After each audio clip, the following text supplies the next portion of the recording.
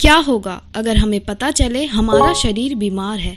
हमारा शरीर हमें सिग्नल देता है कि हम बीमार हैं, जैसे कि खांसी, बुखार, नज़ला एक्सेट्रा। लेकिन क्या होगा अगर हमारे सारे टेस्ट सही हो फिर भी हमारे बिहेव में कुछ बड़ा फ़र्क आया हो।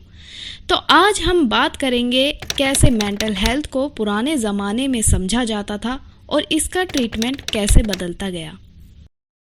प्राचीन काल में और आज भी अनडेवलप्ड एरिया ऐसे हैं, जब भी किसी पर्सन के बिहेवियर में चेंज आता है और उस चेंज से समझा जाता है उसे मैजिकल यानी जादू टोना का असर है और दूसरा एविल स्पिरिट्स यानी भूत प्रेत आत्मा का असर है। इससे बचने के लिए काफ़ी तर्क अपनाए गए, जैसे कि जिसके अंदर अच्छी आत्मा होगी उसकी पूजा करते या उसका कहना मानते, जिसके अंदर बुरी आत्मा होगी उसको पनिशमेंट देते थे।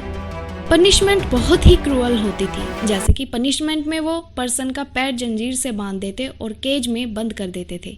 यहाँ तक कि किसी और के अंदर बुरी चुड़ैल बांध के उसको ट्री से बांध के जिंदा जलाया जाता था।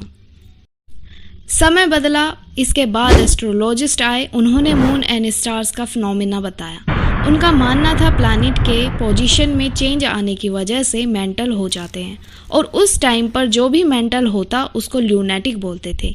जानकारी के लिए बता दूं, ल्यूनेटिक में लूना वर्ड आया है मून से, जो कि एक ग्रीक वर्ड है।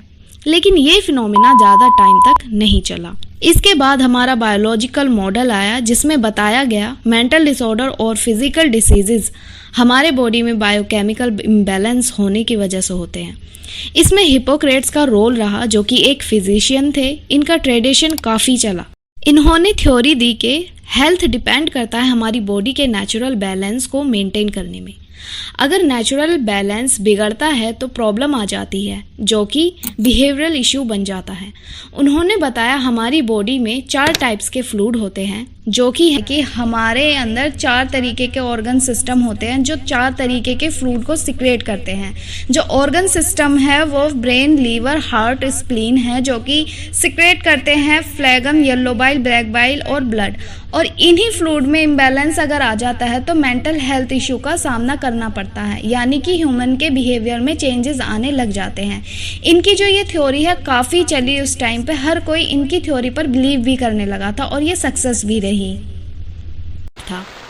इसके बाद गैलन साहब आए और हिपोक्रेटिक थ्योरी पर रिसर्च करके एक और थ्योरी निकाली, जिसमें उनका कहना था इन सब में चेंज आने की वजह हमारा एनवायरनमेंट है। और बताया, आप इस स्क्रीन पर आते हैं, जैसे कि जो हमारी बॉडी में केमिकल इम्बैलेंस हो रहे हैं उनकी वजह हमारा एनवायरनमेंट है। जैसे कि फ्लूइड्स किसी न किसी एक वेदर से रिलेट होता था, जैसे hot, wet, dry and cold. अगर आप इन वेदर को कम ज़्यादा कर देते हो तो ह्यूमन के बिहेवियर में काफ़ी चेंजेस देखने को मिलते थे।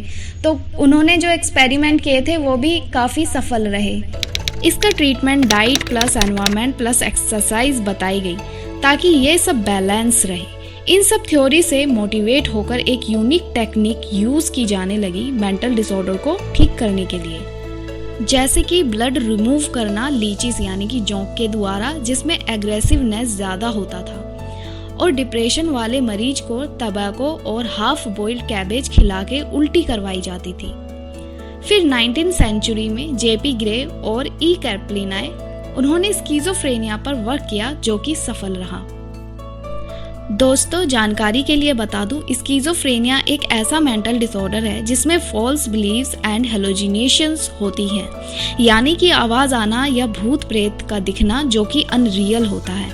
और इन्होंने रेस्ट एंड डाइट को इम्पोर्टेंस दी और रूम टेम्परेचर वेंटिलेशन पर भी, क्योंकि माना जाता है जो लोग कमज़ोर होते हैं उनको ऐसी बीमारी होने की संभावना ज़्यादा होती है।